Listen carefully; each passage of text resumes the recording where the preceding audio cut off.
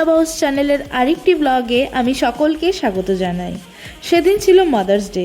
অনেকদিন পর আমি ভাবলাম যে মাদার্স ডে সেলিব্রেশন করার জন্য যে ভিডিওটা করব সেটাই আপনাদেরকে দেখাই। দুর্গাপুরের মোস্ট বিউটিফুল রেস্টুরেন্টদের মধ্যে দুর্গাপুর 11-এর হানিবানি রেস্টুরেন্টটা মোস্ট ট্রায়াড। এটা ছিল আমার সেদিনকের অ্যাপিয়ারেন্সেস। আপনারা সকলেই জানাবেন যে আমাকে সেদিনকে এই জামাটা পরে কেমন লাগছিল। আমাদের সবারই ড্রেস কোড ছিল সেদিনকে পিঙ্ক, তাই জন্য আমরা সবাই পিঙ্ক পরে এসেছিলাম।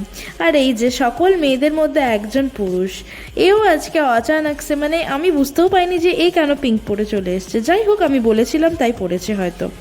তো মা এখানে বাবাকে দেখাচ্ছে ভিডিও কল করে যে কি কি এখানে হচ্ছে, কারণ বাবা তো প্রচণ্ড ব্যস্ত, বাবা আসতে পারছিল না, তাই জন্য মাই ডিসাইড করলো যে ভিডিও কলে সবাইকে দেখাবে। মা খুব লজ্জা পাচ্ছিল, কারণ মা এরকম ধরনের কোনোদিনই মানে ভিডিওতে আসেনি।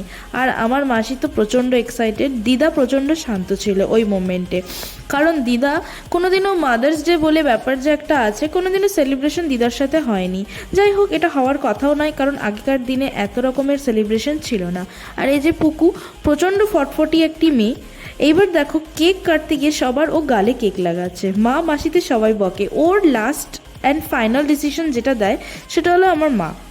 ও মাকে জিজ্ঞাসা করে নেয় সব কিছু, করবো কি করবো না। আমি মাকে কেক খাইয়ে দিলাম। মা প্রচণ্ড এম্বারেস, মা এগুলো না ঠিক নিতে পারে না। আর আমার মাসি ছোটোবেলায় এইভাবেই আমাকে কেক খাওয়াতো, তো আমি এই জন্য এইভাবে ট্রাই করে একবার দেখালাম। তো যাই হোক, অভিষেক প্রচণ্ড লজ্জা পাচ্ছিল, কারণ ও প্রচণ্ড শাই, মানে ক্যামেরার পেছনে প্রচণ্ড শাই। পুকু অভিষেককে কেক খাইয়ে দিল। ও ডায়েটে থাকে বাট কখনো মিস করে না। এদিকে মাকেও খাইয়ে দিল, স্টার্টারও এসে গেছে। আমরা একটু একটু করে স্টার্টার খেতে থাকলাম। তারপরেই এই যে ওর সবসময় খেলা দেখতেই হবে, খেলা ছাড়া ওর জীবনে কোনো কাজ নেই। তো যাই হোক, এখানে মা খেয়ে দিয়ে আর নড়তে পারছে না, জাস্ট স্টার্টার খেয়েছে তাতেই আর নড়তে পারছে না। এবারে তো মেন কোর্স আছে। আর এই যে ছোট্ট গুড়গুড়ি, এর তো মুখ চলতেই থাকে, মানে আমি বাস্ট হয়ে যাবো এরপরে, আর কথাই বলতে পারবো না, এত খাই খেয়েছিস। দিদা এখনো চালিয়ে যাচ্ছে কুটকুট করে। দিদা কিছু খায়নি। পেট ভরেছে আন্টি? হাঁপিয়ে গেছি। পেট ভরেছে? এই পেট ভরেছে? চলো, হয়ে গেছে।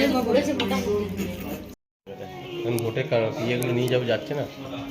আমি পিঙ্ক পরেছি, তাই জন্য আমি কিউট লাগছে।